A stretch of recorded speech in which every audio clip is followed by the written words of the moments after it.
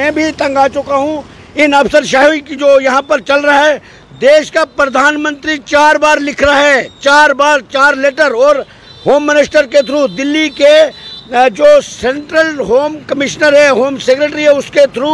Chief secretary और principal secretary home को लिए जो लेटर इशू हुआ वो मेरे पास कापियाँ मौजूद है। मैं चाहूँगा जिस तरीके से आज ऑनरेबल हाई कोर्ट में हमारे जम्मू कश्मीर लद्दाख के जो एसपीओज़ भाई हमारे हैं और एसपीओज़ बहनें हैं, उनके बारे में आज हाई कोर्ट में हेयरिंग थी। 4-5 बजे तक, 4:30 बजे तक हम हाई कोर्ट में बने रहे और बड़े अफसोस के साथ ये कहना पड़ता है, एक तरफ से घबराने की तो कोई इस किस्म की कोई बात नहीं है। 8 अक्टूबर को हमें डेट मिल चुकी है दोबारा, और गवर्नमेंट के जो एडवोकेट हैं उन्होंने 3 दिन का टाइम मांग लिया। मैं पूछना चाहता हूँ जम्मू कश्मीर के एलजी साहब से कि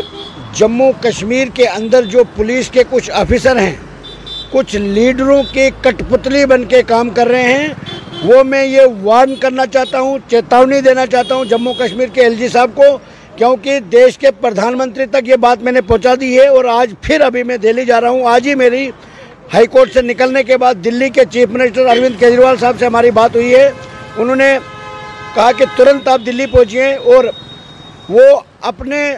थ्रू प्राइम मिनिस्टर साहब को एक लेटर कल की डेट में जारी कर रहे हैं, जिसमें जम्मू कश्मीर लद्दाख के एसपीओ का जो भविष्य है, जिसके साथ जम्मू कश्मीर के पुलिस के सरबराह और पुलिस के कुछ ऑफिसर बिल्कुल नाइंसाफ़ी कर रहे हैं। मैं आपको बताना चाहूँगा, एडवोकेट जनरल की तरफ से रिप्लाई, जो गवर्नमेंट की तरफ से नोटिस का रिप्लाई था, वो 1 हफ्ते से भेजा गया था एआईजी पर्सनल के पास पुलिस हेडक्वार्टर श्रीनगर में। 1 हफ्ते से वो रिप्लाई पड़ा हुआ है। अभी तक उनको इतना एहसास नहीं है जो कि 40,000 परिवार पर मुश्तमिल है, उनका भविष्य का सवाल है, और उनको इतनी लापरवाही से वो काम कर रहे हैं। इस चीज़ को हम बर्दाश्त नहीं करेंगे। और मैं कल दिल्ली में आज ही मैं दिल्ली में पहुंचने के बाद कल एक बहुत बड़ा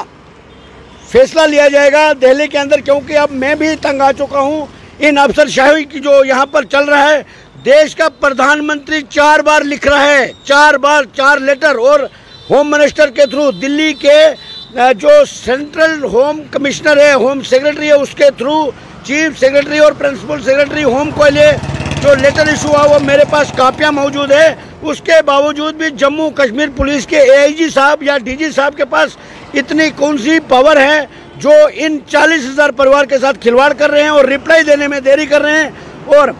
अगर अभी मैं कुछ कहना नहीं चाहूँगा, फिलहाल दिल्ली पहुँचने के बाद ही अगली बात बताऊँगा। अक्टूबर को डेट तो हमें बहुत जल्दी मिल गई, क्योंकि वो भी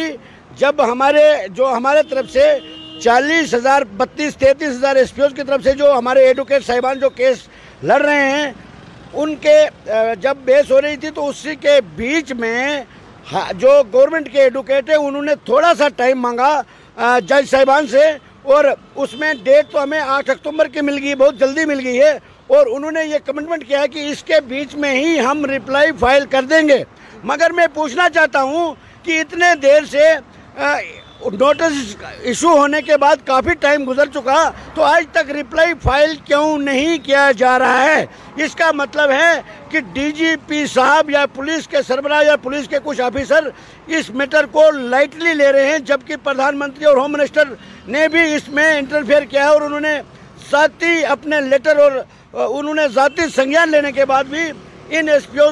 भाइयों और बहनों के साथ जो नाइंसाफ़ी की जा रही है, एक तरफ से वो शहादत तक दे रहे हैं और दूसरी तरफ से 200 रुपया उनको पर डे दिया जा रहा है, जिसके लिए हमें सुप्रीम कोर्ट जाना पड़ा, जिसके लिए हमें देश के प्रधानमंत्री के पास जाना पड़ा, जिसके लिए हमने सड़कों पर आना पड़ा, प्रोटेस्ट करने पड़े। मुझे लगता है कि जम्मू कश्मीर के पुलिस के चीफ यही चाहते हैं कि ये लोग सड़कों पर आएँ। मगर ये बात मैं कहना चाहता हूँ, जिस दिन हम पूरे 40,000 एसपीओ के परिवार को लेकर सड़कों पर आ जाएंगे, वो लाखों की तादाद में जब लोग सड़कों पर आएंगे, उस वक्त जम्मू कश्मीर के उन लीडरों के लिए भी मुश्किल पैदा हो जाएगी जो कुछ ऑफिसरों को अपनी कठपुतली बना के चलाना चाहते हैं, और उन ऑफिसरों को भी मुश्किल पैदा हो जाएगी जो हमारे 40,000 एसपीओ के भविष्य के साथ खिलवाड़ कर रहे हैं। यही कहना चाहूँगा।